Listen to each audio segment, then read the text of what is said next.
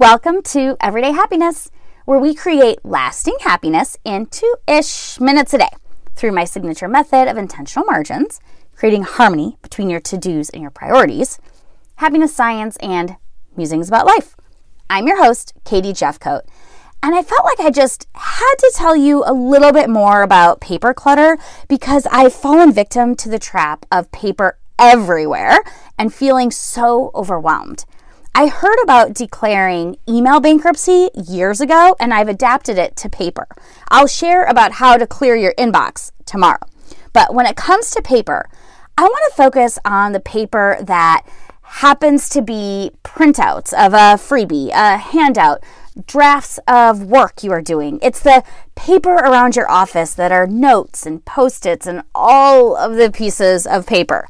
I am a paper lover, and I write notes on paper, not on a computer. I look at drafts on paper. I print too much. And what happens over time is that those notes, they just accumulate. Do you know that feeling? And the piles get bigger and bigger. What I found is that I can get a box, like what is called a banker's box. It's like a sturdy box that has a cover, and it's meant for paper. You can take this empty box and literally put all of the paper that is cluttering your space inside the box. Immediately, you declare bankruptcy on this paper. Your desk and your workspace feels lighter and you can think clearly. It's a great feeling. It also is a great feeling because you haven't thrown anything away. You don't have that stress of wondering if you will need it for reference for another time, like if you continue to need something.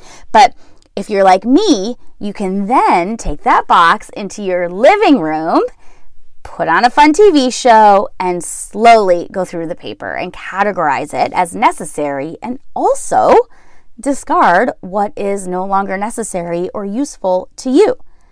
I also use this method to grab my laptop, and I make a list of notes or to-dos so that I can throw away all the little Post-it notes that I have and only have one piece of paper moving forward. And let's be real, I'll probably print that piece of paper and then tuck it into my paper planner.